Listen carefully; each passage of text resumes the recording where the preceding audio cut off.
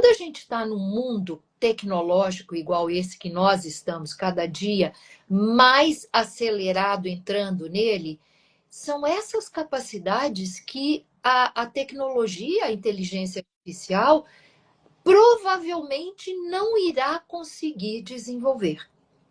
E se nós queremos preparar os nossos filhos para o futuro, é desenvolvendo essas capacidades, porque o resto, a inteligência artificial vai entrar.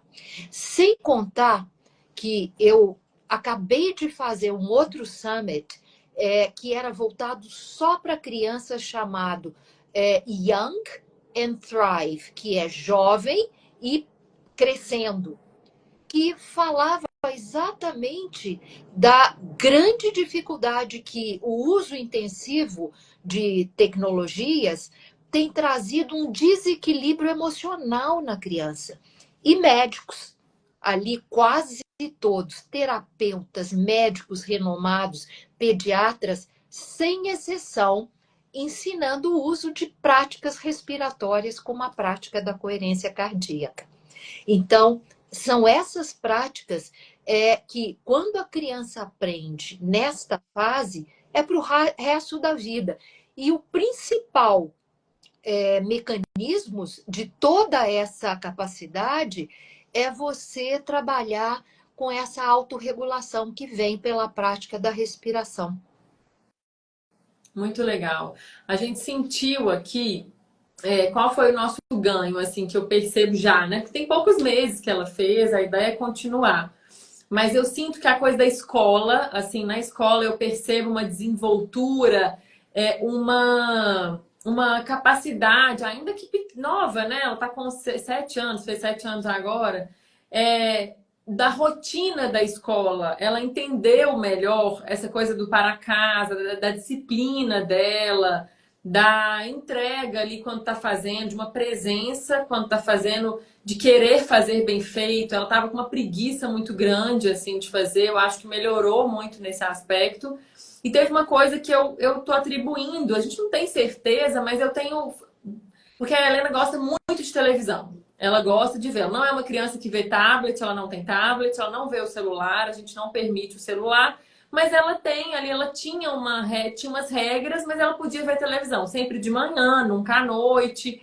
Mas tinha um tempinho ali que ela tinha livre que ela podia ver. E aí, um certo dia, eu comentei isso com você, né, Solange, que ela estava com sono, um pouco demorando para dormir e um pouco agitada à noite. E você explicou para ela, eu lembro direitinho, foi depois de uma sessão, eu tinha conversado com você, acabou a sessão, você explicou para ela, você trouxe o motivo pelo qual a televisão não é algo tão legal de uma criança ficar vendo. Você explicou o cérebro para ela, o funcionamento, os neurônios, não sei o quê. E aí passaram-se alguns dias. Ela falou assim, um dia, conversando com meu marido: papai, sabe o que eu acho? Que eu acho que eu devia ver menos televisão. Então eu podia ver só 2 dias na semana. Ou seja, ela trouxe a proposta. Ela via todos os dias. Tinha dia que um pouco menos, um pouco mais, dependia do tanto de ir para casa, atividades da escola que ela tinha. E aí ela trouxe essa proposta. Eu acho que eu podia ver 2 vezes na semana e propôs justamente nos dias que ela tem menos tempo, que é o dia que ela faz natação. Então ela chega e vê 1 horinha, assim, é muito pouquinho ali, e às vezes nem isso. E ela conseguiu cumprir. E eu fiquei, né, o meu sentimento é que ela entendeu, assim, trouxe um benefício que é ela entender o tanto que é precioso esse cérebro, que não é assim, que ela precisa cuidar disso. E foi depois da conversa com você, né, Solange, que ela propôs.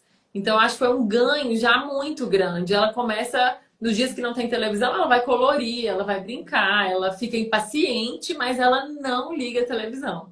E foi uma coisa que ela se impôs, né? Eu achei que foi um ganho muito importante aqui pra gente. Então, só para quem entrou agora entender, a gente está falando dessa capacidade de que qualquer ser humano tem, mas ela é facilitada quando existe um treinamento específico em crianças e adolescentes e que se chama visão extraocular. A visão extraocular é a visão que o cérebro tem essa capacidade e ele não usa a entrada de informação pelos olhos.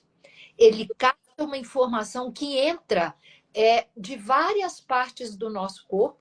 Por exemplo, tem crianças que, ao segurar alguma coisa, e essa é uma função de sinestésica que ele sente, por exemplo, um cheiro ao tocar. Tem outra que põe um papel aqui, ela sente pelo olfato. Então, nós captamos essa informação e ela é decodificada principalmente pelo hemisfério direito do nosso cérebro. E quando a gente treina as crianças nesse programa que eu criei, chamado K2 Crystal Kids, são 8 sessões online para desenvolver essas capacidades. Hoje já são 8 crianças que já passaram aqui no Brasil, somente uma não conseguiu desenvolver, mas o irmão conseguiu desenvolver numa rapidez incrível. Todo mundo, por quê? Porque nós temos, infelizmente, e principalmente as crianças até 6, 7 anos de idade, eles absorvem crenças que são dos pais. É isso mesmo.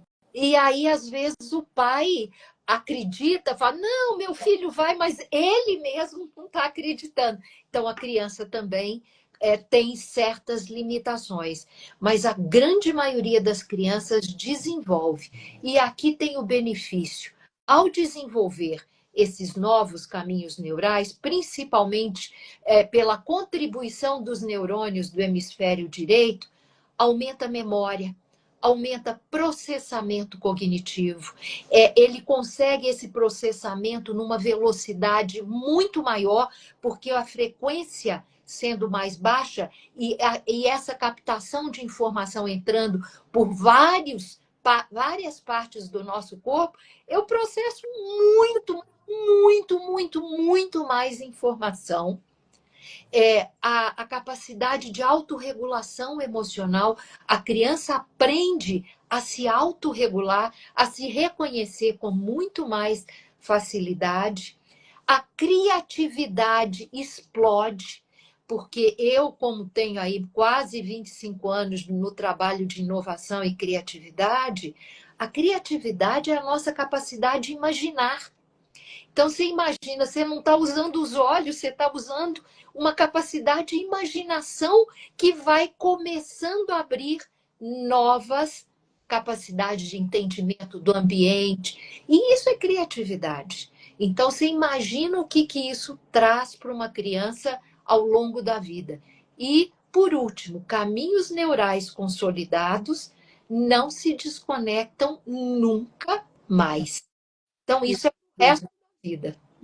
Muito bonito isso. Muito